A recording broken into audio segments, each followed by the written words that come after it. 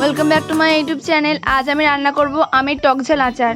আজকের রান্নাটি সম্পূর্ণ দেখবেন এবং ভালো লাগলে অবশ্যই রান্নাটি বাড়িতে ট্রাই করে দেখবেন এবং কেমন হলো আমাকে অবশ্যই কমেন্ট করে জানাবেন। এই জন্য লাগছে আমাদের 4টি বড় আম, কাঁচা আম। এটিকে আমি ধুয়ে টুকরো করে রেখেছি।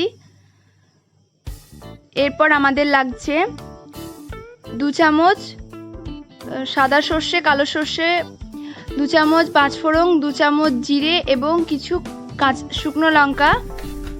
এরপর আমরা কড়াইয়ে 5 ফোড়নটি একে একে দিয়ে দিচ্ছি। এরপর 5 ফোড়নটি হালকাভাবে নাড়াচাড়া করে নিচ্ছি। 5 ফোড়নটি বেশি ভাজার দরকার নেই। 5 ফোড়নটি বেশি পুড়ে গেলে আচারটি তেতো হয়ে যাবে। এরপর আমি দিয়ে দিচ্ছি এর মধ্যে জিরে এবং শুকনো লঙ্কা। এটিকেও আগের মতনই নেড়ে চেড়ে নিচ্ছি। এরপর আমি কড়াইয়ে পরিমাণ মতো সর্ষের তেল দিয়ে দিচ্ছি। তেলটি গরম হচ্ছে। এবার আমি ওর মধ্যে দিয়ে দিচ্ছি শুকনো লঙ্কা। তারপর আমি ওর মধ্যে দিয়ে দিচ্ছি সর্ষে।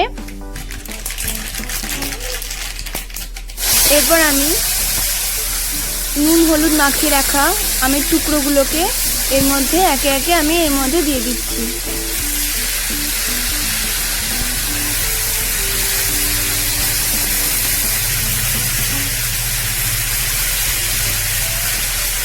এরপর আমি ভালো করে নাড়াচাড়া করে নেব।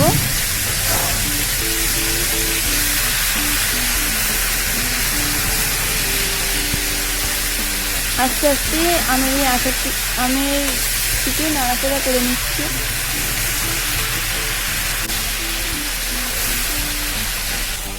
এরপর ঢাকা দিয়ে রাখছি 3-4 মিনিটের জন্য।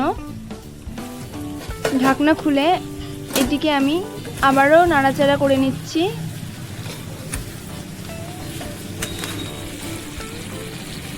দেখে নিলাম আমগুলো একটু সেদ্ধ হয়ে এসেছে। এরপর আমি এর মধ্যে দিয়ে দিচ্ছি সর্ষে গুঁড়ো।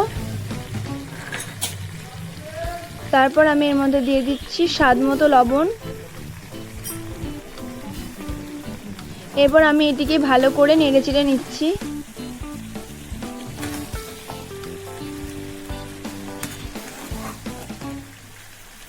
আস্তে আস্তে এটিকে নাড়াচাড়া আমি করে নেব।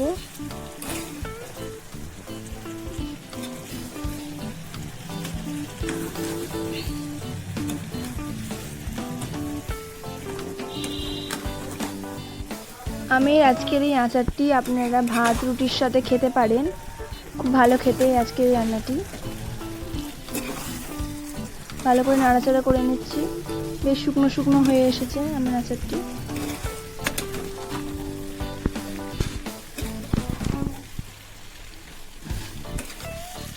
নাড়াচাড়া করে নিচ্ছি। এরপর আমি এর মধ্যে দিয়ে দেব ভাজা 5 ফোড়নটিকে গুঁড়ো করে নিয়েছিলাম। এরপর আমি দিয়ে দিচ্ছি জিরে গুঁড়ো এবং শুকনো লঙ্কা গুঁড়ো।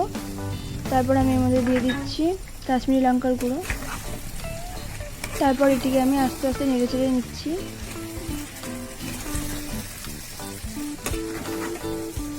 নাড়াচাড়া করছি।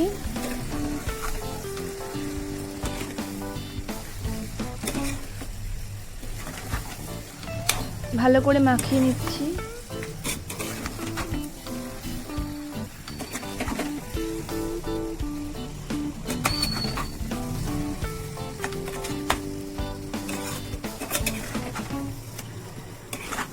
আমটিকে ওপর থেকে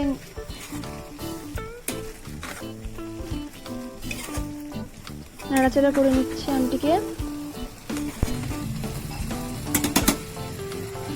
নাড়াচাড়া করলেই হয়ে গেল আজকের আমাদের এই মজাদার রেসিপিটি।